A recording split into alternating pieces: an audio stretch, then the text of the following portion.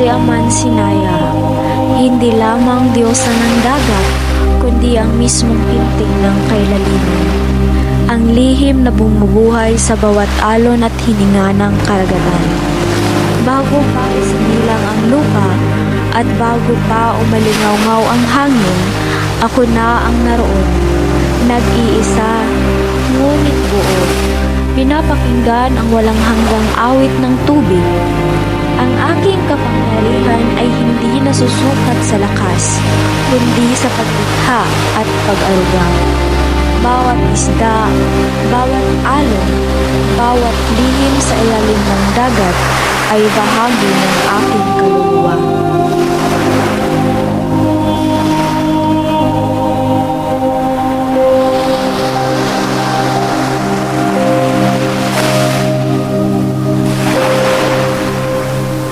Ngunit dumating si Bathala, dala ang liwanag ng kalangitan at ang pagnanais na maghari sa lahat.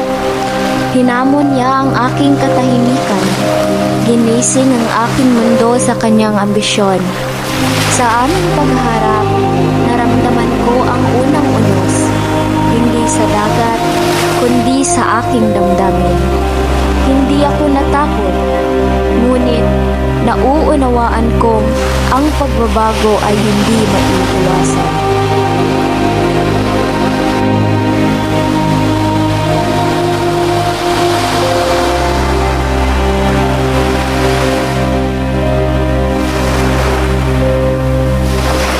Nang ihagis niya ang bato at ito'y naging lupa, nasilayan ko ang pagsilang ng isang bagong daigdig. At sa sandaling iyon, hindi ako natalo. Ako'y nagbigay daan. Sapagkat alam kong ang dagat at lupa ay hindi magkalaban, kundi magkarugtong. Ako ang nanatiling lihim sa pagitan ng mga baybayin, ang awit sa ilalim ng bawat alon, at ang anino ng kailaliman na hindi kailanman mawawala.